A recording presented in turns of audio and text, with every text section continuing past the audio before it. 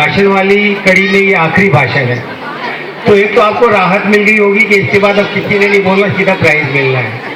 दूसरी तरफ ये लग रहा होगा ये बैठे तो प्राइज मिले, तो दोनों तरह की मिक्स होती है लास्ट वाले वक्ता के लिए।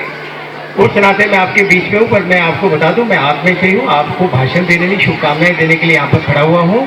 बहुत कम समय लूँगा।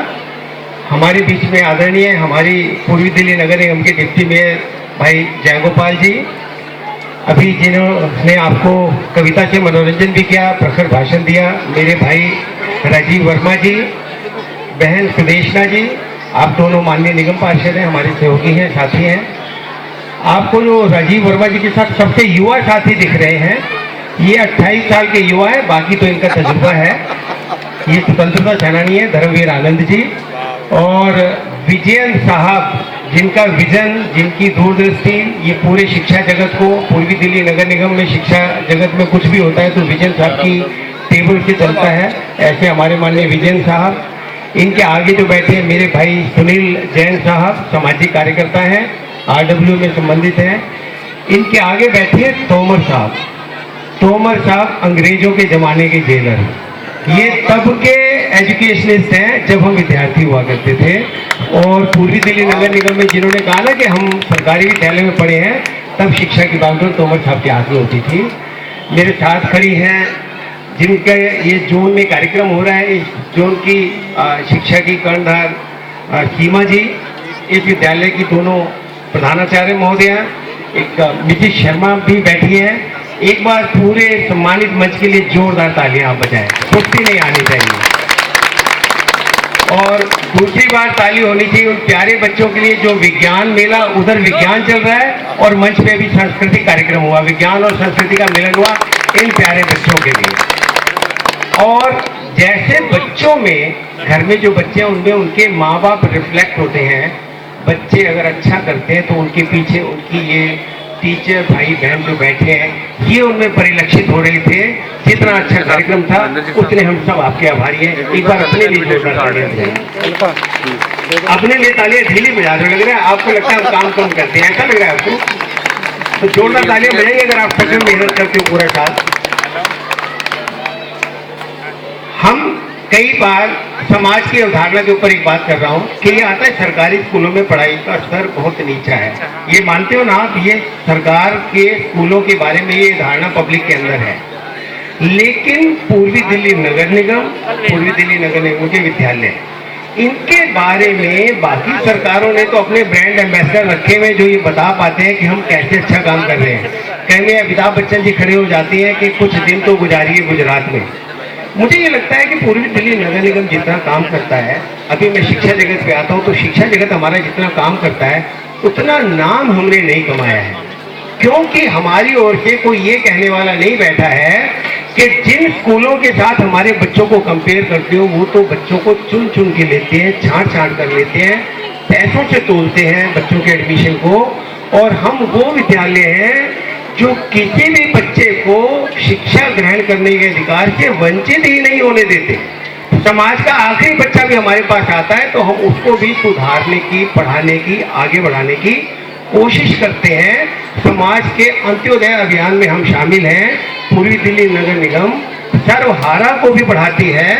उस नाते ये वाली बात हम कहने में चूक जाते हैं, समाज में ये बात पता नहीं लगती है। किस प्रकार का बच्चा आया और हमने उसको कैसा बना दिया, ये है हमारी आउटपुट।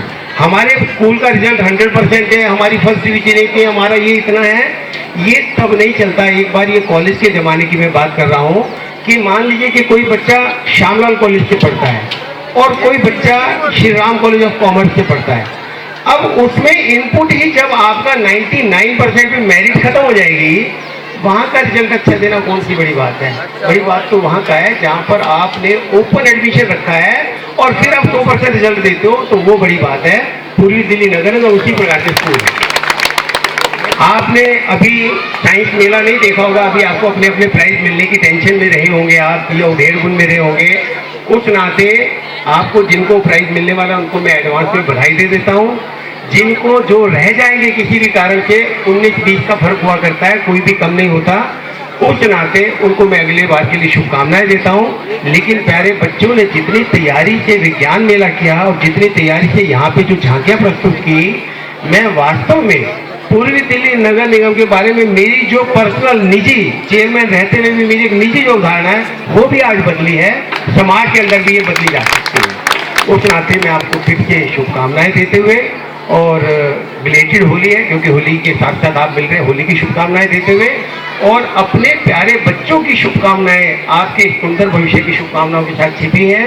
पूर्वी दिल्ली नगर निगम में जब आप आते हो, इसको एक ऑफिशियल नौकरी करने की जगह, एक एम्प्लॉयर की जगह ना मानते हुए जब आपको मिशन की तरह आप अपने एजुकेशन को लोगे और इस तरह से लोगे कि ये हमारे ही बच्चे, इनको आगे बढ़ता हुआ देखना हमारा सपना है, जब सपने की तरह लोगे तो आप नहीं थकोगे। कैसे नहीं थकोगे?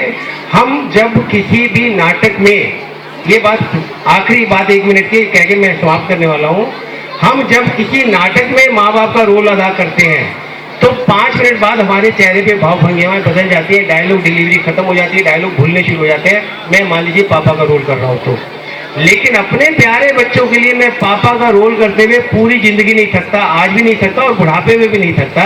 ये होता है असल और वो होता है नाटक। तो नाटकीय तरीके से पढ़ाना बच्चों को तो 6 घंटे पूरे करने तो और बात है, लेकिन वास्तव में जब बच्चों की तरह प्यार करने लगते हैं सारे बच्चों को, तो हमारे अंदर अपने आप ऊर्जा आती है, पढ़ाने की प्रेरणा आती है, हमारे अंदर की एक माँ जागती है, एक पिता जागता है और बच्चों को उनको सब कुछ दे देना चाहते हैं जो देने की क्षमता हमारे बीच में है।